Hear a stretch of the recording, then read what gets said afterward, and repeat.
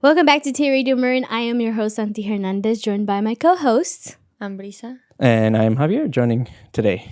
I'm very excited to have Javi on the show to help us talk about this topic. Our topic for the week is our parents, our culture, our chaos. Yeah, dude. I mean, the parenting is just, as someone who's grown up and as we all know, especially in a Latino household, parenting and our family households can be really chaotic sometimes. So I'm really happy that we're talking about this subject because it's something that I think isn't really talked about enough, especially among youth like you guys. Yeah, for sure. And before that, we have our icebreaker question, which is what's one thing you've done or not done that would get your Latino card revoked? Is it about food, dancing, or something else? By revoked, it's I think what this question is referring to is like not very Latino-like. Who wants You to want to start? start it? Or Let me I think can- about. You I can can go share. because I'm gonna think about. Yeah, I know exactly which one. Dancing. I'm not good at dancing at all. Dancing is such a big part of Latino culture, right? But I just never. I don't know. I'm not. I'm not really like a dancer type. But actually, what I mean by that is I don't know how to dance like traditional like Mexican type of or like cumbia, or I know cumbia is pretty easy to dance, but like I don't know how to dance like bachata or merengue or salsa, any of those like more like things that typically you would see at more like Mexican parties, right? I have never learned how to do that, and I mean I'm open to learning it, but like I said, I don't know. I've just been I can dance, but not dance like how you would, I think, expect a Latino person to dance. You know what I mean? Because I feel like there's this big thing that Latino people are super good dancers. Like you're automatically a good dancer. So like, That makes so that's what I wanted to share. Yeah. Well, I don't really think there's anything that can really take your Latino card, right? But if we're going by like what people like would think, I guess I'm not really the greatest cook. Yeah, I'm trying. I can do some things, right? But I think I'm just busy with many other things. Like apart from school, there's many programs that I go to, sports and stuff like that, where I don't really have enough time. Because when I'm home, then I'm just full and tired, right? Or I'm practicing guitar and stuff like that. So I guess I just don't really have the greatest skill for cooking. Well, I'd say both of what you guys said. And I'm not a really good cook and I'm not a dancer. That's a hard one. I feel like in general, my person, the way I grew up, I think Javi knows this, that I'm very culturally not familiar with certain things. Like I always have to ask, who's that? What's that? Just because of how I grew up. So that's a very interesting question. But anyway, let's continue on. Thank you for sharing, Javi and Briza. Parenting styles and rules. How have your parents' rules shaped the way you act or think now? I'd say I can start on this one. I'd say that for me, my parents actually raised me not too strictly, which I think is really great. I think what tends to happen is stricter parents, and obviously with my friends too. Whenever guys go to like your friends' house and stuff, you always got to meet your friends' parents at some point, right? And I've just kind of compared my parents to how their other parents are. Like my parents, I would say, are like in the middle. Like they'll be like lenient about other things, and they'll be strict about other things, right? So I think for me growing up, like it's like sleepovers were fine. Because I think the other thing too, and we'll get a little bit more into this as the show goes, but there is a lot of sexism, I think, among the Latino culture especially, where like boys usually are able to get away with a lot more than girls are, and that's a big issue in and of itself. But for me, I guess as a boy, I basically grew up by myself, almost as an only child. And for me, it's just they've just always been chill and they've always been very transparent. I think it's really important to have good communication with your parents, and just knowing as long as my parents basically knew like where I was okay. So I think that's the relationship I've been able to build with them over time, is just like communicate very well. Like, oh, I'm here, I'm there, and we'll see each other at so and so time. And they're like, okay, cool, and that's it. Just like a simple text or something like that. Mm-hmm. Well, for me, it's a little bit complicated because, okay, from my mother's side, right, I'm the youngest, right? From my dad's side, I'm the oldest. but from both of them, like in the pair, I'm the only one, right? So I like get to experience every world, I guess. But well, since they're separated, I'm mainly with my mom. I don't really know much my dad. I know who he is. We sometimes talk, right? But I don't really know him to like a great extent, right? From my mom, she's pretty calm. She's very chill, right? She's very like welcoming with my friends, right? I've never really had an instant where my friends don't feel like welcome in my house, right? She likes to make people feel comfortable, to make them feel like they're at home. Another thing is, well, my mom's not really like the strict type. She doesn't like that. She, again, with like you said, Yeah. communication is very important. She's never like hit me. She's never yelled at. She doesn't really yell at me, right? She'll like take me alone to a car and she'll talk to me and she'll let me know how she felt, why she felt the way she did, and what I could do better, right? But she'll also like try to understand me in some type of way. The only rule that I really did have was I couldn't have my phone until 10. But that changed. Until you were 10 years old? No, at Or- 10 p.m. Oh, at 10 p.m. Yeah. When did actually? Sorry. When did everyone get their first phone? I got mine at 9 because my mom crossed the border. And since I was in Mexico, I needed a way to communicate with her. Oh, okay. Yeah. Yeah, because I got mine pretty early too. That's another thing I just wanted to mention because I think it's interesting. Because I got my first phone also around when I was 9 Yeah. or 8. But I didn't use What was it. your phone like? It was a flip phone. Oh, okay. Yeah. I didn't really use it though. Because I would just be with my cousin playing, so I wouldn't. Yeah. But I think the way she like raised me, it just made me not like, because of communication and stuff like that. Yeah. And because she's never really like hit me and stuff like that, I'd never really developed a fear of like her. Like, I know that if she's angry, we'll talk about it. Like, she's not gonna like yell at me and stuff like that, right? That made me kind of like not really keep secrets from her because I don't see a point in keeping secrets, right? So I'm very comfortable with my mom. I think she's the best mother. Right? And yeah. No, it's good. I also want to actually, Santi, go ahead and then I think I'll say this. Well, I was going to add, I think this question is referring more to when we talk about transitional age youth, we're talking about when you're when you're finding your way as your own person. And what tends to happen, a lot of things that shape us or frame us is one, who we grew up with, right? And that a huge part is our parents. Our parents, well, I would love to know more of the scientific part of this because I actually don't know, but how our parents educate us influences who we become later on. Oh, yeah. Or, and you know what I mean? 100%. And so that question is more of are there any things that your parents that have shaped you that way that you know? And for me, there are many that have shaped me, and I know that that's because of how I grew up. One of them, I for sure, is my parents come from. My mom comes really from a very poor background. My dad, I will say, they were more on a more like middle class part. But when my parents got married, my dad got cut off completely. So that made both my parents in a very like economically poor situation. So ever since they were very young, they had the mindset of, we got to make it out of this. We have to succeed. We have to we can't rely on anyone. Yeah. So at a very early young age, they started that entrepreneurial mindset.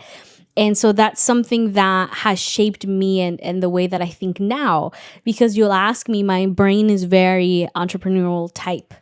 So I guess that's an example I can give you guys that has shaped me. There are, however, other things in a more, I don't know if I would use a negative way, that my parents have been or acted that have really played a big impact on me.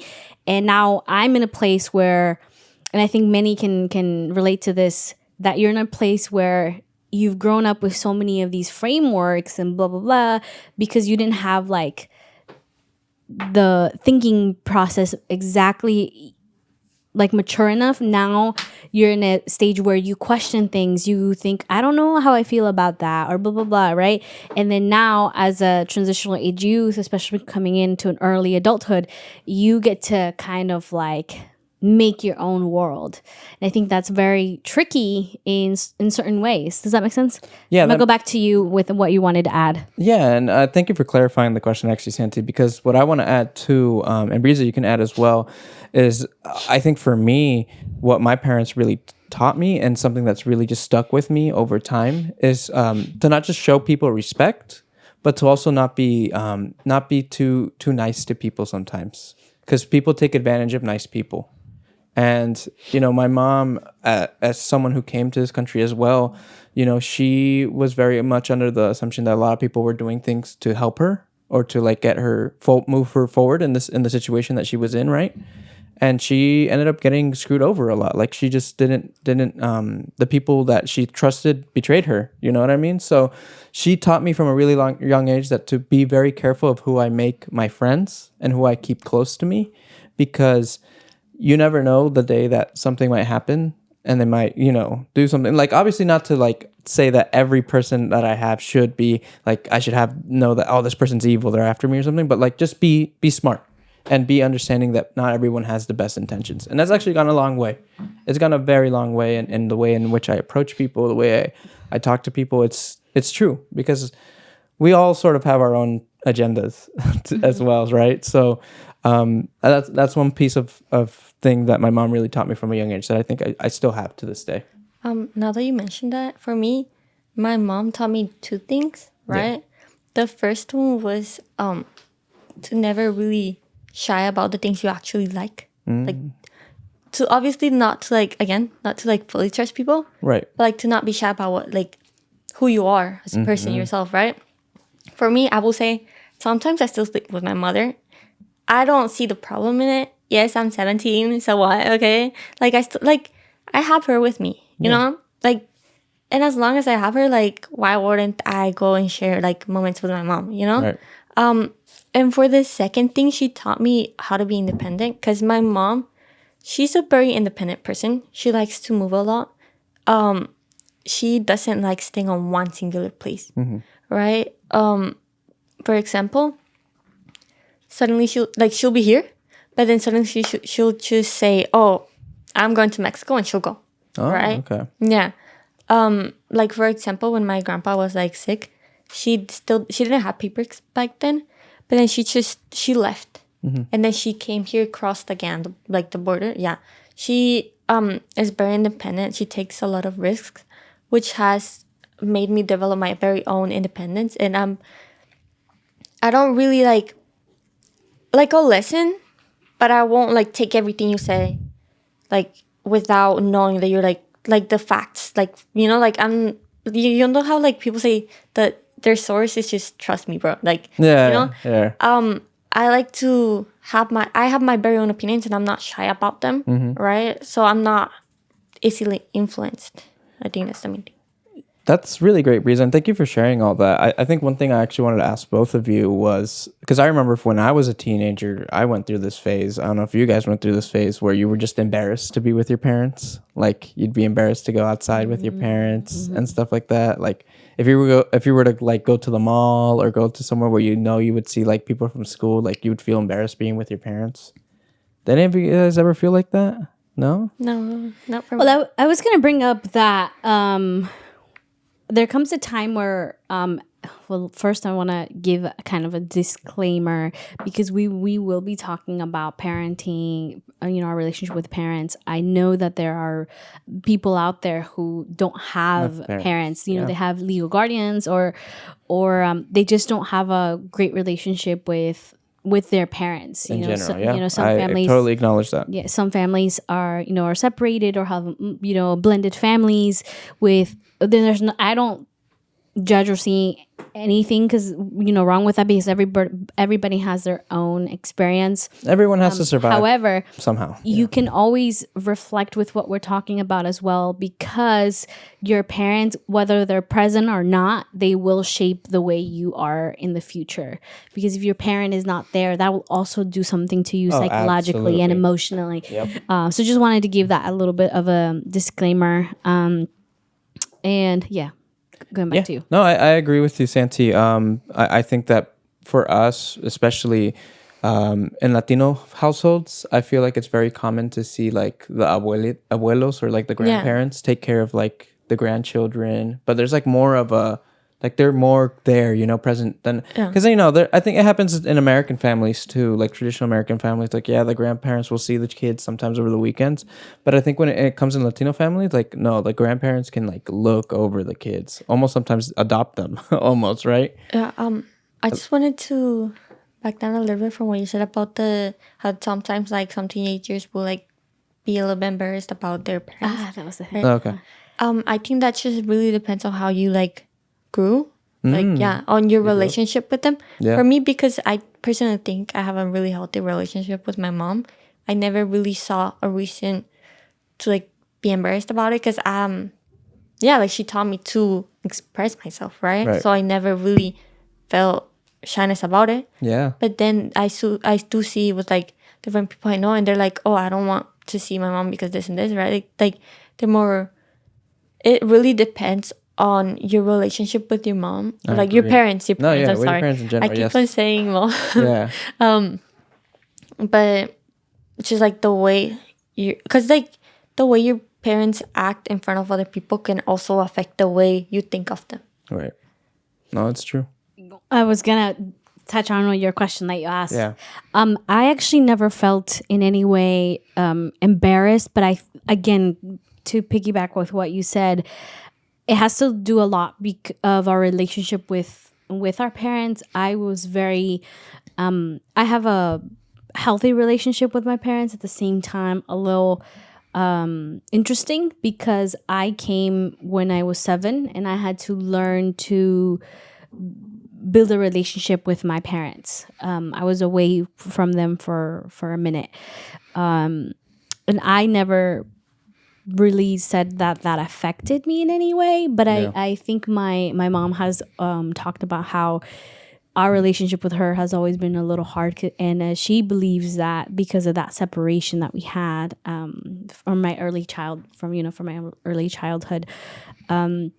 But yeah, I think when you're in the transitional age from a kid to a teenager, you start liking things differently than when you're kind of letting go of those little kid stuff, and also that comes with the babying part of a parent, right? Or your parents want to help you all the time, and kids tend to be very lovey and huggy with our parents, if you have that opportunity, of course. So when you're a teenager, you're kind of learning to have your own space, your boundaries, and that's when a lot of what I've noticed is when a lot of kids, say, "I don't like, Mom, don't do that anymore, or don't hug me here," because of that transitioning part of our life that we all go through. But going back to like what Briza was saying, not everyone, is that way, because again, it does go back to how your relationship with your parents does go over and time. also the kids' own personality. For me, I'm very hugging. I'm very mom, dad. My brother's very more mellow, more on his own, more his space. So I definitely think that has a lot to do with it. One other thing I want to touch on real quick too is, I think as Latinos, especially, it's very common for Latinos to stay with their parents longer than you would expect, kids to stay with their parents here in America, right? Because here in America, like the parents, like American parents, they're just like, okay, once you go into college, like you're gone, like goodbye. Like there's some that just tell their kids, you can just go, like you can go and get your own house or rent an apartment and go. But like I feel like Latino parents are a bit more like, no, you can stay here and you can be here and you can help with the rent and stuff. But like they're more like, Latino parents are more inclined to like keep you in the family than to have you leave. Yeah, that also ends up switching at the end with one of the children wanting to keep their parents with them, or they rotate it, you know? Yeah. But yeah, I think the way your parents treat you will end up with the way you end up treating them, right?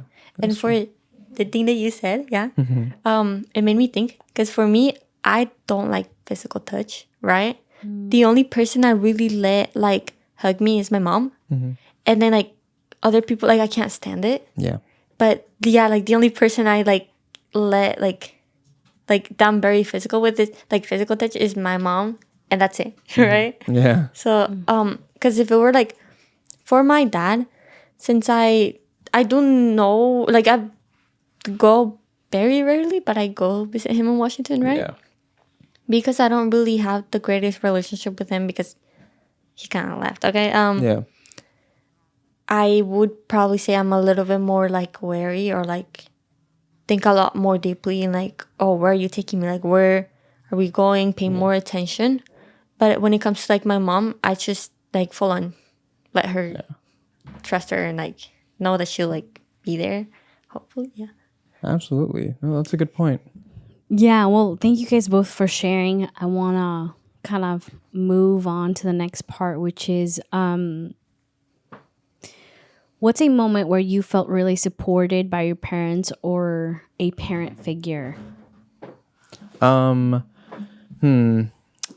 supported. I think it comes down to, for me, I think one thing I could really appreciate my parents is that they were not pushy about what I needed to study in college, or like what I should do after school, like high school. Like they were very much like open to like, okay, if that's what you want to do, then do it.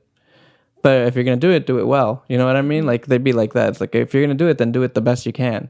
But they're not gonna pressure me to be like, you know, like a lawyer or a doctor or like something like a high paying job or something, right?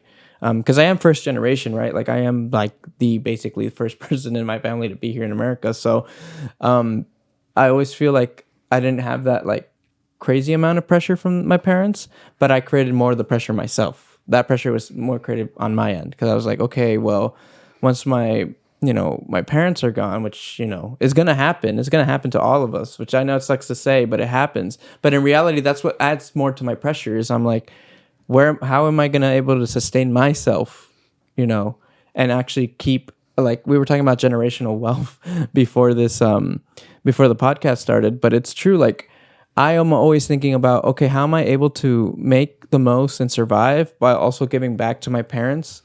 Because I have that relationship with my parents where I want to give back to them because they gave us so much opportunities to me, and I want to show appreciation for that.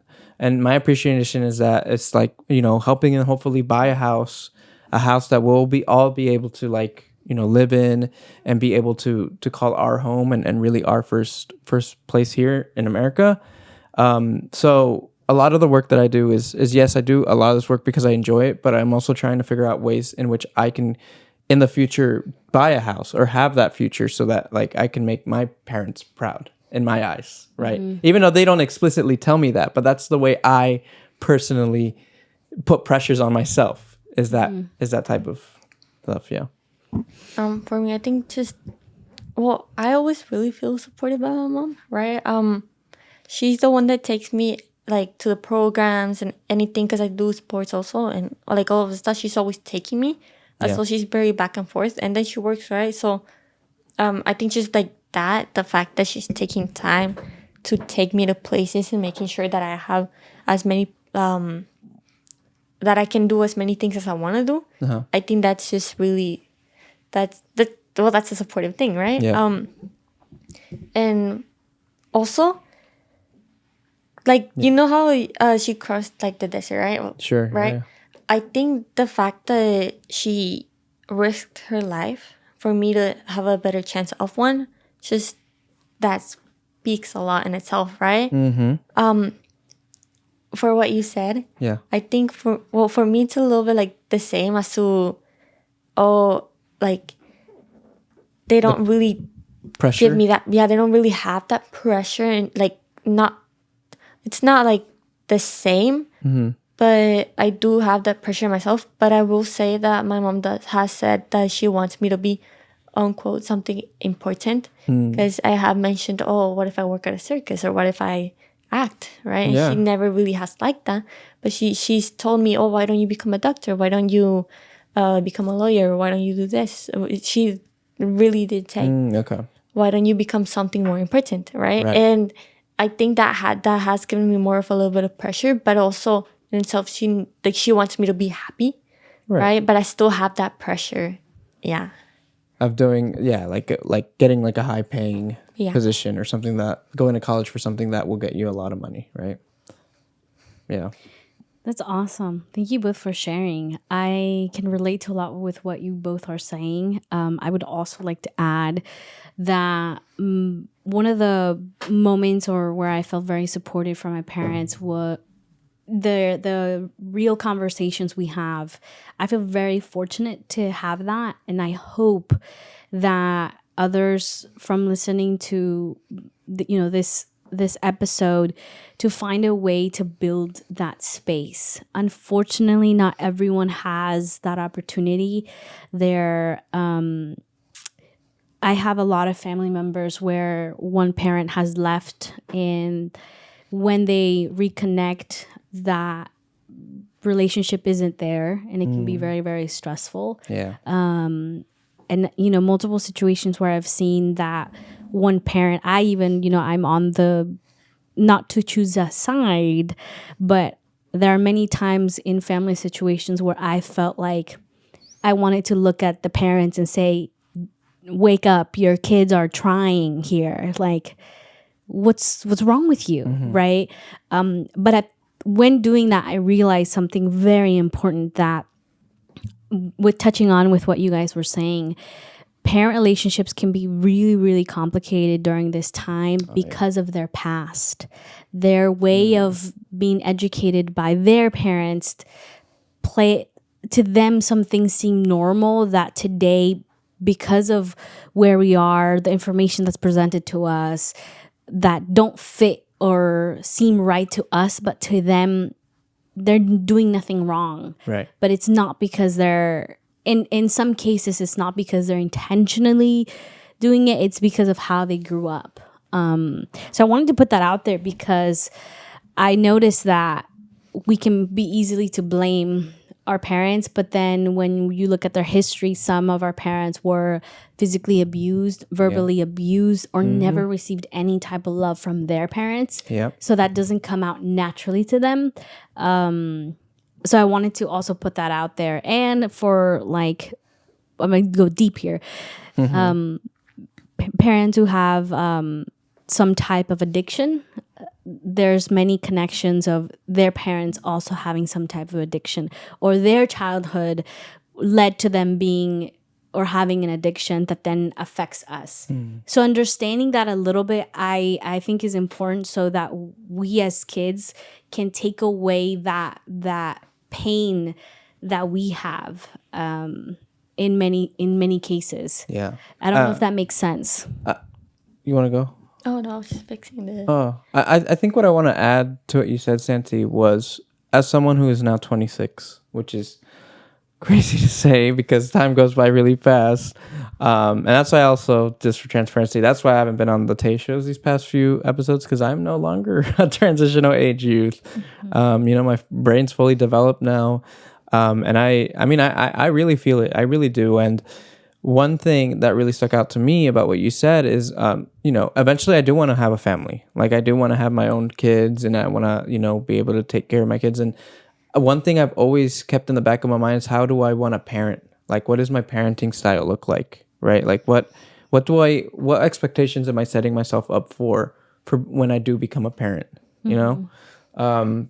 And I think the way that I was raised really taught me, like, a lot of things that I wouldn't want to do. A lot of things I could be, like, I feel like I could be a chill parent, but also, like, I don't know. It's like, I'm saying all this now without having a kid or anything, but, like, I think it changes once you have a kid, because then the responsibility is there now. Like, it's there. You can't really, like, think too much. And I think a lot of, especially, like, a lot of our parents, right, who came here and came to a new country, they all just want the same thing. They all just want a good life for their kids, right? But they don't. But what I think gets different is, like, the information they receive, the resources that are available to them at that time. that can all influence how they choose to parent their kids, right? Because again, also to go a little deeper, we tend to see more Latino kids in the criminal justice system, like students, like Latino students, because the parents aren't able to be there for them because they're working all the time. Like their parents have to work like at crazy hours in order for the family to survive. That's why you see so many kids in the system like that, because the kids simply they don't they don't want to be home, or they don't have a great relationship with their parents because their parents just aren't available. And some of it can be absolutely the fault of the parent, but a lot of it too is because of the circumstances that they're put into. Yeah. Right. That's why I when we talk about this show, relationship with parents, it's a very complex one. Right. Because there are many families that have very different situation, and a lot of kids in many ways raise themselves, meaning they had a parent, but they weren't there. They weren't present enough. In my experience, my brother and I, we were the oldest. We grew up with babysitters and not our parents. If I were to compare our life with my little brother, he got both parents. Yeah. He got them a lot more than us. Yeah. And you can see a difference. And I think this is where I would add in more about maybe methods or things that people can find ways to heal or work on that. And it's definitely, I know it's not perfect because I've seen a lot of different things, but really communicating our feelings with our parents. Yeah. And in a way where, here's the thing that I've seen, and that's why I said it's tricky, is we can communicate how we feel with our parents. But as a parent, it's really hard to accept when you're doing something that your child isn't feeling well with. And they'll kind of like push back. And so I would say that communicate how you feel in a way where your parents can really understand you. And the reason why I say that is when you get older, there comes a time where you question things of like, I should have told my parent this, but I never did. And you never know what that conversation could have done in a way. And even if they didn't take it the right way, as an adult, you have that weight off your shoulder of like, I communicated this with my parent. And that could be, I'm gonna say this, I have a really great relationship with my parents, but like I said, not everyone has that, and I've seen a lot in my family member. Absolutely. A lot of the things that I'm mentioning. Yep. So that's why for me, it's that communication part. If you don't have it, it's important. And I'll bring an example. I have a family member, like I said, right now, that the dad was never present, and they reconnected, and that reconnection was really hard as parent and daughter. And that's where boundaries came in and so many things. So that was one thing I wanted to ask you guys to kind of like merge it in is, has there been a time when you and your parent disagree about dreams, career choice, and all, and how do you handle it? And are there any, I would say, tips or methods that you've seen that work that have helped you build a stronger relationship or a healthy relationship with your parent? Yeah. Okay, well, I will say, for me, the main thing, because we don't really, like, disagree that much, but when we do, the main thing is just, like, what I want to study for, right? Because for me, okay, I tend to change a lot on, like, what I want to do, but, like, the main thing is either, like, working at a circus or acting. I would like both of them, but it's not,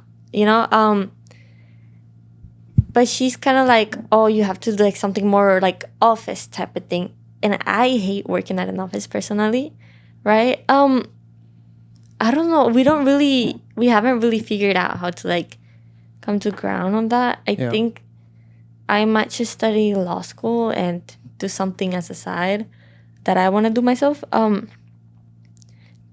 well, I think I need some guidance on that. Because the thing is, I want to make my mom happy, right? I want to repay for everything she did, but I also can't.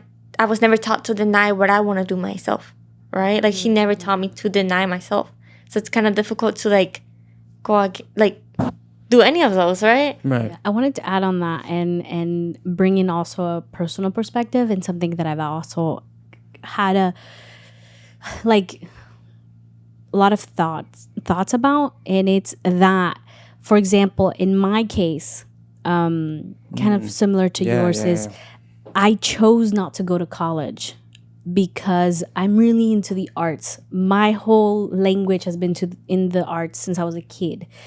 And as a child, not choosing to go to college felt like I was letting my parents down, because I wasn't born here. I'm first gen. I classify so many things that going to college is what they sacrifice so much for. And I had that hard conversation with my parents, and I was crying and I was frustrated and said, I don't know if I want to go to college because the arts, and I'm already doing that, and I don't feel like I like it. And one of the things that they said, that my mom looked at me and said, it's my dream that my kids graduated from school, but it's my dream and not yours. And her thought was, I want you to do things for you because I don't want you to go into life saying I did it for my parents and not for myself. She said, you need to do things for yourself that will reflect on what you're, what was I going? Like, I'll do it for me first, and then, I'll use my family as another way of I'm doing it for them. And then she brought on that. However, I've seen so many people go to school and say they do it for their parent. That's one of their motivating, like, it drives them 100%. So the reason why I said I have a lot of thoughts on it is because I understand what my mom says, and I agree with her. But then there are those people who do so many things for their parents and push them, and I don't know if there's a boundary in any way. You know what I mean? Because with what you said, you have a dream, but your mom also has a dream, and so I think as a child, that sometimes can be really, really tricky. And I don't know. I want to hear your thoughts, Javi, because this is something I've always struggled with. I think both of you have very valid feelings for the way you guys are right now. As someone who had a really terrible GPA in high school, because I went through a very traumatic experience, my parents kind of understood that because, we went through the trauma together. And they were saying, and I told them, I feel, going back to that feeling of like, we're pressurized, that we feel like a disappointment if we don't go to college, or if we don't fulfill what our parents want us to do, what we think our parents want to do. Well, okay. From my perspective, my parents told me, again, like I said earlier in the show, they were never like, oh, you have to be a doctor, you have to be a lawyer. But if you're going to do something, you got to go to college at least. You need to go to college. That's the one thing they did tell me, was you need to go to college. You could study whatever it is, but we just want to make sure you go to college. I'm like, okay, I'll go to college. Because I personally did want to go to college. I wanted to get that experience. I wanted to feel the experience of college. But I knew that with my GPA, I wasn't able to transfer to a 4-year university right after high school. So what happened with me was I ended up going to community college. And at first I was so mad about it, because I was like, oh, I feel like I'm letting them down by going to a community college and not going to a 4-year directly like everybody else, right? But then I'm like, when I went to community college, my whole perspective on life changed, because I was like, oh my God, there's so many. Because when you go to a community college, you see more people of different ages. You see people that are there in their 40s.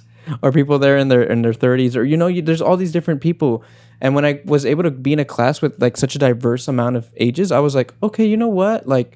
I'm starting to understand that community college isn't actually a bad thing. This seems like a way, this is the reality that I'm in, and I'm gonna make the most out of it. And it worked out. I had probably the best professors I ever had in any education system from Santa Rosa Junior College, and it's something that I highly recommend to anyone who.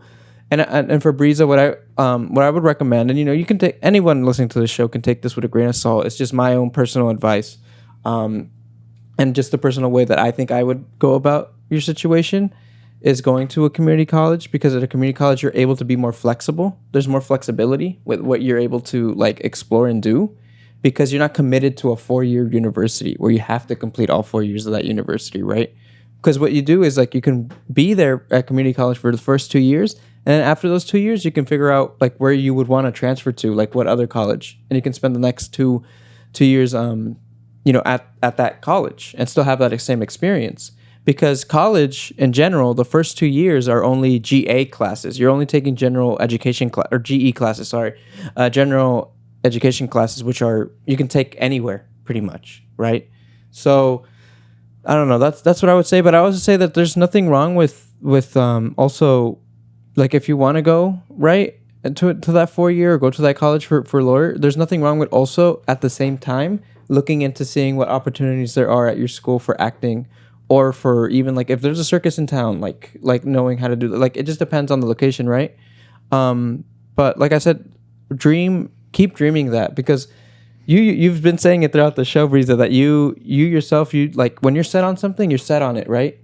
And that if you want to go to the circus, if you want to go join the circus, or you want to become an actress, do it. You know what I mean? Like like, yes, I know that you're feeling that societal, like, or that pressure from your mom to not do that, but it's just also like a really good way in which there's different options for you to explore.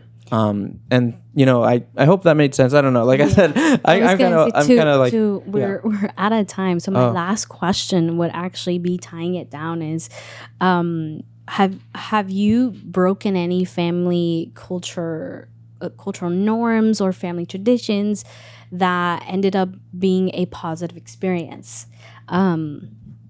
I don't know if you want to start or you, Javi, and you'll see how I'll wrap it up. Okay, sounds good.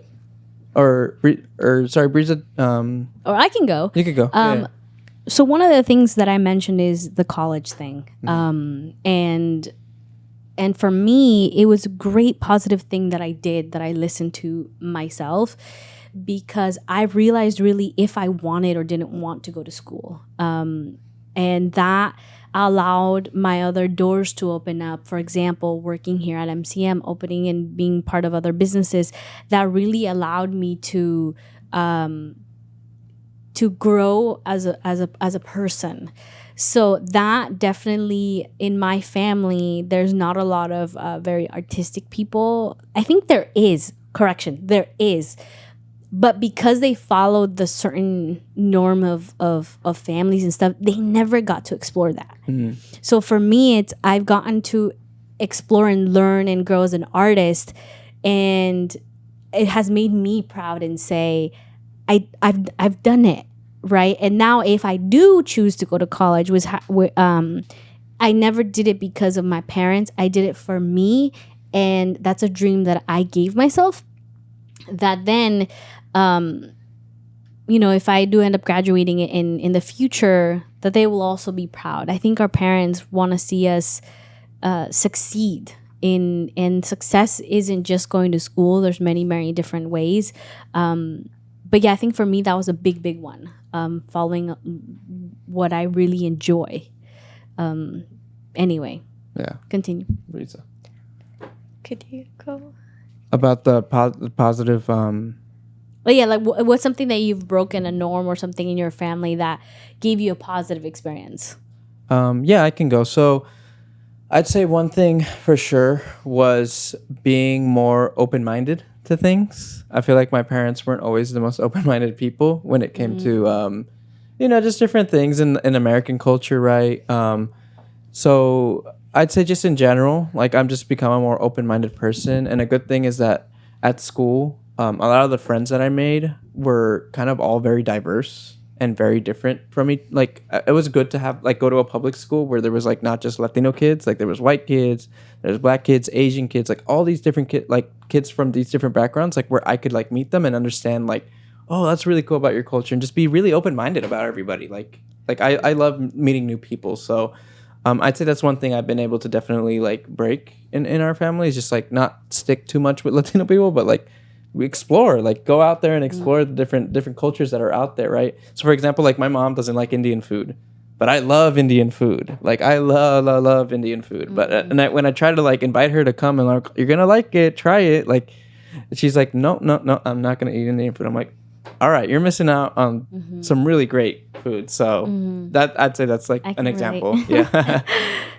I think for me it's kind of a little bit difficult to think about it, just because My family were very diverse. Okay, so my cousins, right? For example, because we're really me and my cousins were very connected, right? Yeah. I have cousins that are redheads, right? I have cousins that are blonde, green eyes, and then there's me, right? So there's like a lot of like diversity, and like there's family members who like are really into like music and singing, and then there's others who are really into like painting, others are like really into making things, and like there's just a bunch of different things, right? For example, I have a cousin right now that's like studying for a nurse, right? Yeah. And then I have another cousin that's studying to repair cars. Oh, wow. Yeah, but they're not going to college. It's like just high school. It's Yeah. kind of different in Mexico. But I think I think it would be kind of similar to what Javier said, the open-minded thing, just because, well, in Mexico it's a little bit more like things are not not like people don't really like different things, right? Like, not saying like they don't like different things, like they're like, if you're different, it's a little bit like you probably get weird looks. Yeah, you like, get weird looks if you're different. yeah. Dress differently, look differently. Yeah. For example, okay, so in my family, my mom is the only one that's a Christian, like from my family, right? And then all of my other aunts are Catholic, right? Yeah. But they're not really into like, they don't really think good of like LGBTQ and all that stuff. For me personally, I don't really care who you date, because I'm not gonna be kissing them. Like, I don't really see like a problem with it, right? And then there's other things like, for example, feminism, right? Yeah. There's some people in my family that are like, they just don't take it that like serious, right?